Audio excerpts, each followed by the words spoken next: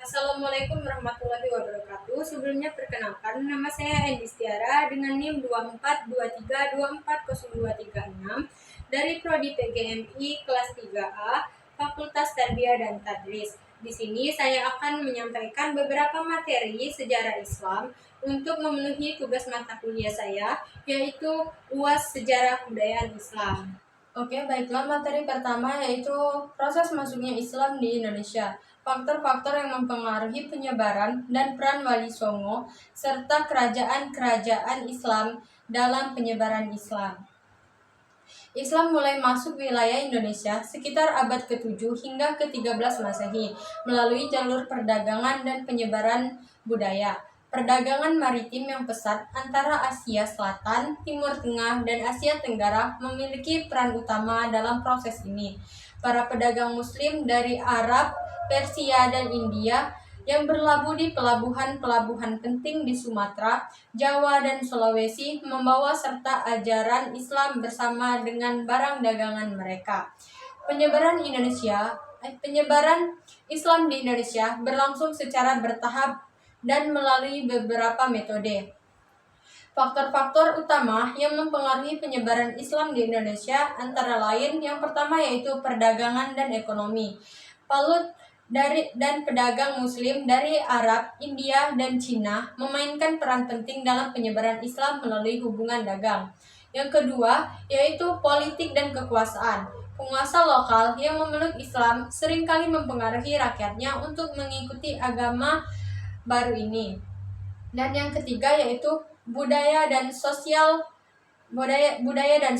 Proses alkulturasi antara ajaran Islam dengan budaya lokal memungkinkan penerimaan Islam secara lebih mudah oleh masyarakat. Perubahan budaya ini seringkali disertai dengan penyebaran ajaran Islam dalam bentuk yang sesuai dengan tradisi lokal. Dan yang keempat yaitu pendidikan dan dakwah. Peran ulama dan pendakwa yang mendirikan pesantren dan madrasah sangat penting dalam penyebaran ajaran Islam, baik melalui pengajaran maupun kegiatan dakwah. Dan yang kelima yaitu kolonialisme dan hubungan internasional. Hubungan internasional Indonesia dengan kekuatan-kekuatan asing, baik Eropa maupun Asia, juga mempengaruhi proses penyebaran Islam. Beberapa misi kolonial atau diplomasi serta interaksi yang memperkenalkan dan menyebarluaskan Islam. Selanjutnya adalah peran dari Wali Songo, dikenal dengan sebagai tokoh-tokoh yang sangat berpengaruh dalam proses Islamisasi di Pulau Jawa. Mereka juga menggunakan metode dakwah yang tidak hanya mengandalkan ceramah, tetapi juga melibatkan seni, budaya, dan tradisi lokal untuk penyampaian pesan Islam. Contohnya, Sunan Kalijaga menggunakan wayang kulit sebagai media dakwah untuk menyampaikan ajaran Islam kepada masyarakat Jawa. Baiklah, materi yang kedua yaitu awal penyebaran Islam dan perkembangannya. Proses masuknya Islam ke Indonesia adalah sebuah perjalanan sejarah yang melibatkan beberapa faktor dan mekanisme. Awal perkembangan Islam. Yang pertama yaitu abad ke-13 hingga ke-15. Pedagang Muslim Islam pertama kali diperkenalkan ke Indonesia oleh pedagang Muslim di Arab, Persia, dan India. Mereka datang ke pulau ini untuk berdagang rempah-rempah dan barang-barang lainnya. Dan selama interaksi ini, mereka juga menyebarkan ajaran Islam. Yang kedua yaitu peran kesultanan dan kerajaan Islam abad ke-15 hingga ke-17. Di antaranya, yang pertama Kesultanan Aceh. Kesultanan Aceh di Sumatera adalah salah satu kekuatan awal yang mengadopsi Islam sebagai agama resmi. Aceh kemudian menjadi pusat penyebaran Islam di wilayah barat Indonesia. Yang kedua yaitu Kesultanan Demak. Di Jawa, Kesultanan Demak memainkan peran penting dalam penyebaran Islam. Kesultanan ini mengembangkan pengaruhnya ke berbagai daerah di Pulau Jawa dan sekitarnya. Yang ketiga yaitu Kesultanan Mataram.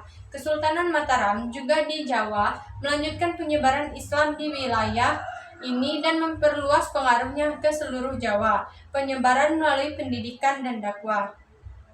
Yang ketiga yaitu abad ke-16 hingga ke-18, yaitu pesantren. ulama dan mubalik mendirikan pesantren, lembaga pendidikan Islam di berbagai daerah. Pesantren berfungsi sebagai pusat pendidikan dan dakwah, mengajarkan ajaran Islam kepada generasi muda dan masyarakat. Mubalik, selain pedagang ulama dan mubalik, memainkan peran penting dalam dakwah. Mereka seringkali melakukan perjalanan di daerah-daerah terpencil untuk menyebarkan ajaran Islam. Yang keempat yaitu alkulturasi budaya pada abad ke-16 hingga ke-19. Penyesuaian dengan budaya lokal. Islam seringkali berinteraksi dengan budaya lokal, mengadaptasi berbagai aspek budaya untuk mempermudah penerimaan Islam. Misalnya ritual-ritual lokal diadaptasi dari konteks Islam. Yang kelima, perkembangan di era kolonial pada abad ke-17 hingga ke-20. Penyebaran di era kolonial selama masa penjajahan Belanda, Islam tetap berkembang meskipun mengalami tekanan di pihak kolonial. Baiklah, materi yang ketiga yaitu Islam di masa penjajahan Belanda. Dalam sejarah perjalanan bangsa Indonesia tidak terlepas dari umat Islam, termasuk dalam perjuangan mengusir penjajah. Negara-negara Eropa mulai melakukan kolonialisasi ke negara-negara di luar Eropa, termasuk Indonesia. Mereka tidak hanya berkepentingan dengan sumber daya alam, penaklukan tanah, dan tutorial di daerah jajahannya, namun juga menyebarkan dan melakukan penaklukan pikiran dan budaya. Dalam proses inilah mereka menyebarkan paham rasional, modern, dan liberal. Masa penjajahan di Indonesia berlangsung selama beberapa abad, dengan beberapa negara asing yang datang silih berganti. Adapun negara-negara yang pernah menjajah bangsa Indonesia adalah yang pertama yaitu Portugis, yang kedua yaitu Spanyol, yang ketiga Belanda, yang keempat Perancis, dan yang kelima Inggris, dan yang terakhir yaitu Jepang. Umat Islam sebagai umat yang mayoritas dalam negeri ini tentunya mempunyai tanggung jawab moral untuk menata dan membangun sendiri negara ini. Umat Islam dalam memperjuangkan kemerdekaan Indonesia telah melakukan berbagai perlawanan, baik secara fisik maupun ideologi. Sejak zaman kerajaan-kerajaan Islam seperti perlawanan kerajaan-kerajaan Islam, yaitu Kerajaan Malaka melawan Portugis, Kerajaan Ternate melawan Portugis, dan Kerajaan Banten melawan Belanda, mengacu pada sejarah umat Islam. Indonesia pernah menghadapi masa kelam sejak zaman penjajahan Belanda. Materi yang keempat yaitu perkembangan Islam pasca kemerdekaan. Indonesia adalah negara religius. Sikap negara religius telah dimiliki oleh bangsa Indonesia sejak dahulu. Sebagaimana adanya kepercayaan animisme, kemudian masuknya ajaran Hindu dan Buddha yang disusul dengan datangnya ajaran Islam. Proses datangnya Islam di Indonesia menjadi bagian dari babak sejarah dunia Islam. Islamisasi tersebut melalui periodisasi yang disertai dengan pembagian waktu dan mengikuti pembagian tempat. Agama tersebut masuk di perairan Nusantara secara damai, tanpa paksaan, dan tidak melalui perperangan. Pergerakan Islam dan nasionalisasi senantiasa jalan beriringan dalam pertarungan ideologi mengawal terwujudnya kemerdekaan dari tangan para kolonial. Sehubungan dengan pembentukan negara baru, kalangan Muslim menuntut pembentukan sebuah negara Islam, sedangkan pada pihak lain, kalangan nasionalis dengan tegas melarang setiap kelebihan terhadap simbol-simbol Muslim yang diletakkan pada pembentukan negara baru tersebut. Setelah Indonesia merdeka pada tanggal 17 Agustus 1945, ditetapkanlah ketuhanan yang Maha Esa sebagai sila pertama Pancasila, meskipun kalangan Muslim menawarkan konsep berbeda yang disisipkan dalam Piagam Jakarta. Substansi kehadiran sila pertama ini di antara 5 sila pada dasar negara merupakan pernyataan aktif. Dalam artian, negara masyarakat Indonesia mesti produktif untuk mewujudkan makna pernyataan tersebut. Umat Islam memperjuangkan kemerdekaan dan agensi Belanda yang datang dengan bantuan tentara sekutu untuk kembali menjajah Indonesia. Beberapa tokoh Islam menempati posisi penting dalam ranah politik, baik dalam kabinet maupun pemimpinan perjuangan fisik dan diplomatik. Aspirasi perjuangan mereka juga terluang pada pembentukan beberapa organisasi dan partai Islam. Komunitas tersebut mewarnai perkembangan Islam di Indonesia pasca kemerdekaan. Keragaman kegiatan Islam semakin mengalami perkembangan sejak dekade 1970-an yang ditandai dengan munculnya bangunan-bangunan baru Islam.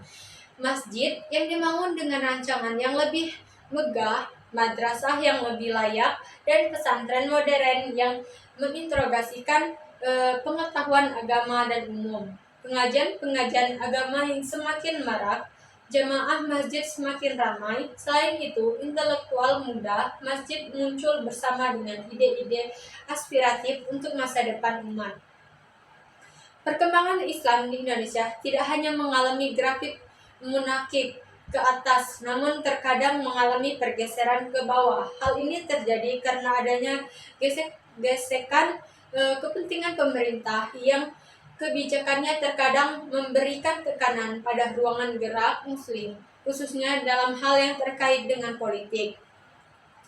Hal lain yang mewarnai perkembangan Islam di Indonesia adalah terbentuknya beberapa partai Islam yang kemudian mencoba memasuki dunia politik dengan memperkuat benteng kekuasaan masing-masing untuk ikut serta dalam pertarungan perebutan kekuasaan di Indonesia.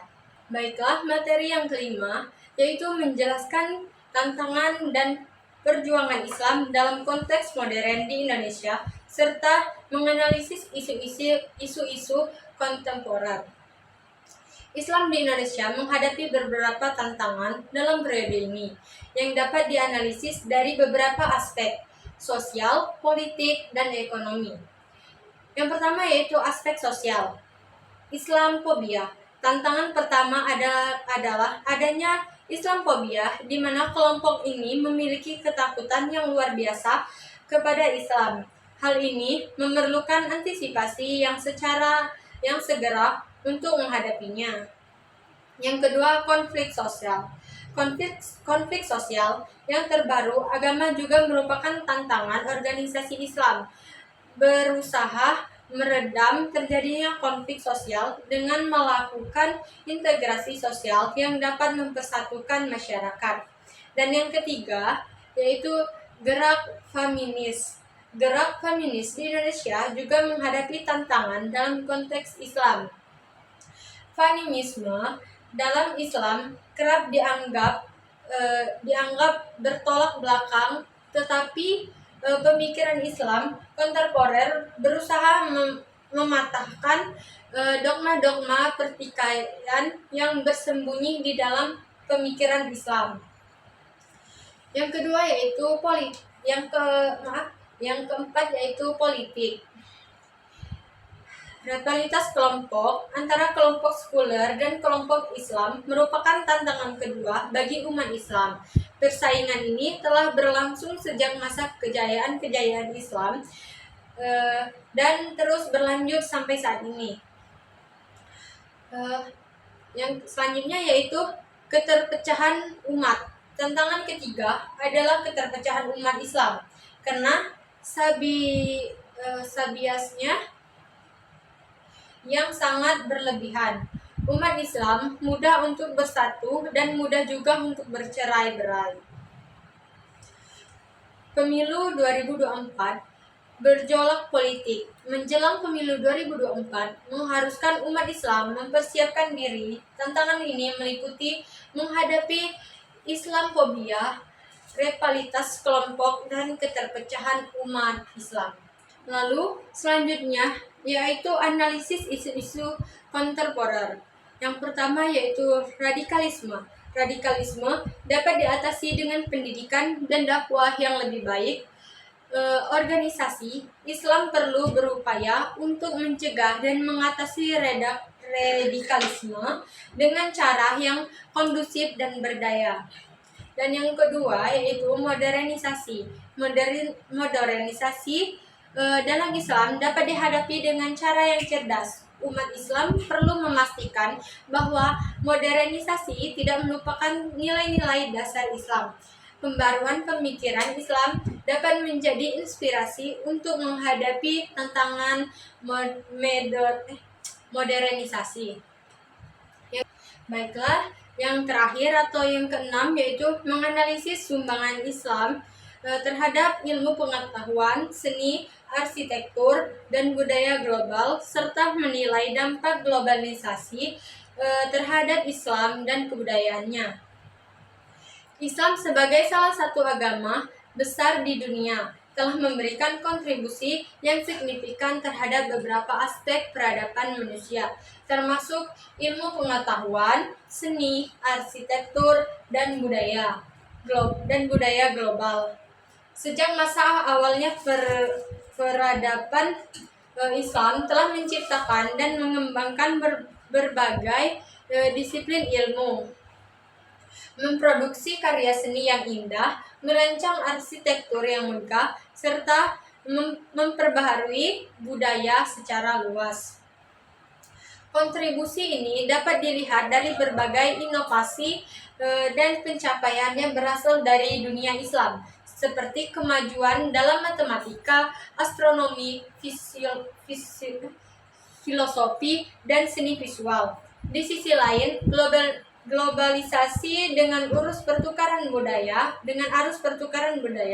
ekonomi, dan teknologi yang cepat telah memberikan dampak yang mendalam terhadap dunia Islam dan kebudayaannya.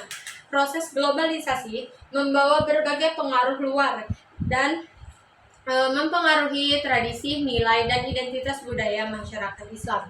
Ini menciptakan tantangan dan peluang baru bagi dunia Islam dalam menjaga warisan budaya sekaligus berantisipasi dengan perkembangan global. Mungkin sekian materi yang dapat saya sampaikan. Sekira banyak kurangnya saya mohon maaf. Wassalamualaikum warahmatullahi wabarakatuh.